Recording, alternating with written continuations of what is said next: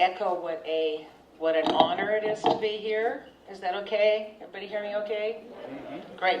I've been close friends with Elizabeth May for more than 20 years, and I can say how delirious we are that she has a caucus.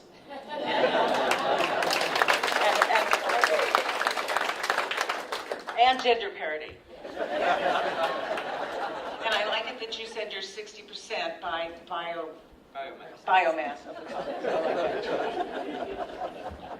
So Tom was talking about the effects the political status quo are having on the systems that support the whole planet. In his case, water, but it could just as well be air. And Kevin is talking about something less all-encompassing, but it's our economic system in Canada that is being systematically looted, and how our temperate democracy is being intentionally turned into an unfair and vicious oligarchy. And that is essentially what's happening with the lack of evidence. It is not spasticness or bad management. This is done on purpose. How all public endeavor is to be turned over to private profit, and that is to be accomplished by dumbing down the discourse and destroying the evidence. So in my case, I'm going to get more personal. I'm going to talk about, they're talking about big stuff, international, global stuff, national stuff. I'm going to talk about your body. Whether you are going to have anyone to help you as you inevitably age, get old, as you will inevitably get ill, as your children will. What happens to the national healthcare system, which is probably one of the, if not the most unifying thing about Canada, the thing of which we are the most proud, that is currently being eviscerated. Several years ago, I wrote a book, and by the way, it's not just the Harpers who have been eviscerating it, Harperites. I wrote a book that has remained the major work on the efficacy of our national healthcare system. And you can get it here if you want to check the stats. It was written 2 years into the Harper mandate, but it is still very current. And in it, I described how, as a researcher who mostly worked on environmental issues, I expected when I got this gig to write about healthcare that there would be some of the same problems, that there would be inconclusive data, or there wouldn't be enough research on certain things to prove the point. I'm used to that as an environmental researcher, because we don't have the baseline data. What was that lake like before the tar sands tailing pond got put in next to it? Well, they always claim, it always did have heavy metals in it. It's the same thing with, something like the mountain pine beetle. Until somebody wants to spray it off the planet, we don't really know what its life cycle is or why it's in the forest or what it does there. So I was expecting that kind of thing, but I'm a very tenacious researcher, and I thought, well, I'll keep at it. I'll get to the bottom of it. I was very determined, and to my shock, I discovered that getting to the bottom of it was incredibly easy.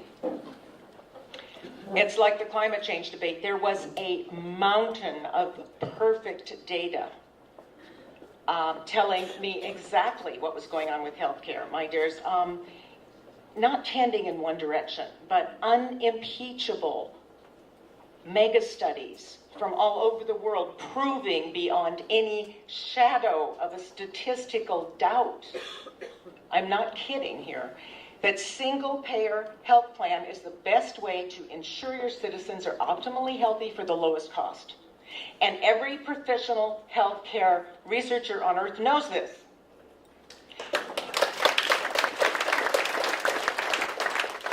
Do you know how many studies show that private or even mixed private systems are better or even as effective? How many? Zero. Exactly. Zero. There is not one. Not one peer-reviewed in all these years, and yet we're told it's a healthcare debate. So it's even a much bigger hoodwink than the climate change debate. It's complete lies. All the data's on one side. Now, if, like France and Germany, you decide anyway to have a private system, and by the way, France is very jealous of us. They would kind of rather have our system. You make sure that you have a large employed population that gets insured through their jobs, right? Through a private insurer. But the government completely controls that insurer. They are the ones that pay out. They are the ones that keep track of the amount of money that's paid. And they make sure that anybody that doesn't have that insurance is covered. Now, that is not what we're moving towards here. We are moving towards the American system, the very, very, very worst healthcare system on the planet, by any and all measures, even the CIA's, as I hope I will show. And the next bit I'm going to quote from Michael McBain, who some of you may have heard of, the executive director of the Health Coalition Canada. He wrote in the Hill Times just this spring something that's buried on page 279 of the 2014 federal budget. And I bet Elizabeth knows exactly the page and where the paragraph is. It's one of those omnibus bills that is supposed to be about the budget. The purpose of this budget item, McBain wrote, is to strike a blow to the heart and soul of universal health care in Canada. And most of us politically involved people didn't realize that basically our healthcare system is now fairly destroyed. It's being destroyed over a few years, but it is gone. By the time we really need it, most of us in this room, it will be gone. And the laws are already in place. I will explain how the government is eliminating the equalization portion of the Canada Health Transfer. In other words, the transfers from the federal government to the provinces, replacing it with an equal per capita transfer. This means the less populous provinces, like, say, New Brunswick, or PEI, or BC, with relatively larger, more isolated, older populations, are going to have more and more difficulty delivering healthcare services. And it's estimated by the premiers that this will mean to such provinces a $16.5 billion shortfall over the next 5 years. The only province to benefit from this change, by the way, is, can everybody guess? Alberta, right. Alberta benefits, everyone else loses. Okay, that's $3.2 billion a year lost. Think of the effect this has on a system already in crisis. I don't know what your hospitals are like, but I know what they're like in Quebec. We need orderlies. We need more access to primary care. We need more more and better paid nurses. We need more OR time. All of that is now going to be slashed even more, and that's not all. 3 years from now, the 6% annual increase for the health transfer will be replaced with a formula, and get this, that links health transfer to economic growth. So you think, oh, okay, so we'll have a better health transfer if we're having trouble. No, just the opposite. Just the opposite. In times of high unemployment and economic downturn, when Canadians need access to public care, and typically health care costs go up because people get more ill when they're poor and stressed, we will have less from the government. The transfer payments will be reduced. Citizens will be punished, possibly by death, for not being prosperous, which is, kind of the motto of an oligarchy. This measure alone results in another $36 billion cut in federal funding for healthcare over the next decade. That's $4 billion each and every year starting today. Okay? And let's look at history. I'm quoting McBain again, and it's certainly the God's truth. National Medicare was implemented across Canada by provinces and territories on the understanding that the federal government would contribute roughly 50% of the spending on Medicare. How many people know that? 50%. Yet most of us think it's a provincial thing, right? That's where the money comes from. No, 50% of it. And 50% of all our provincial healthcare benefits are now being cut by a factor of 4. A quarter what they were. Plus, the shrinking level of federal funding will be matched by a withdrawal of federal enforcement of national standards that would be required under the Canada Health Act. And McBain says national Medicare will clearly not survive this cut-and-run course being set by the Harper government. Instead, it will fragment into 14 separate parts where access to essential care will depend on where you live and how much money you have. Now, McBain was so upset by this that he and 2 other experts went on tour this spring trying to warn Canadians of what we're up against, and discovered there was almost no awareness of the changes we're facing. And certainly I didn't even really realize it as clearly. as we do now. The fact that Harper is eliminating Canadian single-payer healthcare right this minute. So when I wrote the book on healthcare, Who Killed the Queen, we were trying to determine the financial reasons for the massive closure of hospitals across our country back in 1994 to 1996. We lost 21% of all Canadian hospital beds, which is the largest number of hospital beds closed in the history of the world in a developed country. And we are still being studied by the World Health Organization for the effects, which are, by the way, bad. We didn't know what was going on at the time because we all thought it was provincial. So in Quebec, when they closed 4 hospitals in Montreal alone, naturally we looked at the provincial skullduggery and so forth. And then I discovered there were 10,000 beds in Ontario closed, 52 hospitals in Saskatchewan alone, the only downtown hospital in Calgary, another 4 in Halifax. It goes on and on. It was so horrendous that the hospital system nearly collapsed that year. There are no statistics for that year because they were so stressed they couldn't even submit any. And it took 4 or 5 years before hospital admissions and separations, which is their euphemism for how many people die in hospital, got back to their pre-cut level. It was done very simply, just like Harper's doing now, only by the Liberals in that case. The IMF, which has an avowed policy to encourage privatization of all spheres of government from health to schools, ordered Canada to cut the federal transfer payments, exactly what Harper is doing right now, on a wide variety of social programs, health, veterans, Indians affairs, student loans, transportation like trains, university bursary system.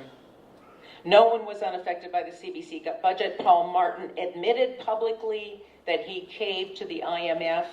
He did not stand up to any of the privatizers, and he admitted that in future years. Did you know about that? Did you know what happened back then? No, most people don't. Did you know about what's happening right now, the transfer payments? No, because this is a non-story to what's left to our media. I don't know why it's a non-story, because, they know we're kind of keen on healthcare. All we hear in the media is how healthcare has long wait times and stuff like that. We do not hear that it's being destroyed or that we actually like it. What we do in this country, what governments have done, particularly under the Liberals as well, is to starve institutions till they're non-functional and people don't support them anymore, which is exactly what's happening to the healthcare plan. Under the Liberals, these kinds of attacks were only marginally more hesitant. And Michael McBain's Ill Health Canada was written in 2005, before the Harperites even came in. And he documents how horrific these cuts were back then, and how in 1997 the Bureau of Drug Research was turned into risk management, not just influenced by, but funded by the very pharmaceutical companies it's supposed to be regulating. And that is still the case. Health Canada is largely funded by the people it's supposed to be assessing. Oh my goodness. Okay. Okay, I'm going to have to jump way ahead and leave out the charts I was going to show, which will tell you, which you undoubtedly know, that if you moved to the United States tomorrow, you would die 3 years earlier because of the lack of health care. And that the costs are maybe 3 times as high for that privilege. Now, I'm going to leave you with 2 examples of how handling, now, this is the cheery part, how handling healthcare can play out for different countries. The first is Greece. This is from the Canadian Public Health Association Digest. So this is from the Motherlode Canadian Health Journal. Greece had a debt equal to 170% of their GDP. Their government suffered economic collapse, remember? And the European banks and the IMF arranged an economic bailout, so kind of them, conditional on implementing austerity measures so the banks would get their money back. And we know we are all constantly under this kind of austerity pressure here too. Greece reduced its public health budget by 40%, which led to a 200% increase in HIV, a malaria outbreak, and 24% rise in hospital admissions. However, the hospitals were required to institute a €5 cost to be admitted, which many people could not afford, and by the way, is what they're trying to do in Quebec with the new super hospital. And attempts to address the deficits by cutting jobs caused the physicians to go on strike. further restricting access. In short, there was a rise in suicide by 45% in the first 4 years of the crisis. The counterexample is Iceland. Even worse economic crisis, 2008 to 11, a debt of more than 800% of their GDP, but the Icelandic government decided to stabilize healthcare instead. They did not cave to pressures, but governed their country according to its values. Iceland saw no increase in depression or suicide rates, no disease outbreaks, was able to grow its GDP and shrink its unemployment rate. It was lauded by the IMF. The IMF, who it totally ignored, said, "Oh, you did it right. Good thing you ignored us." As one of Europe's recovery success stories, the CPHA states, quote, "It is likely that maintenance of healthcare spending resulted in a healthier, more effective workforce that could respond to the economic requirements of the country." Duh. Okay, so I'm going to close, and I'm going to very much urge you to join your local health coalition group and fight for healthcare, because it's already in the hands of the enemy. It's like it's been captured. We've got to get it back.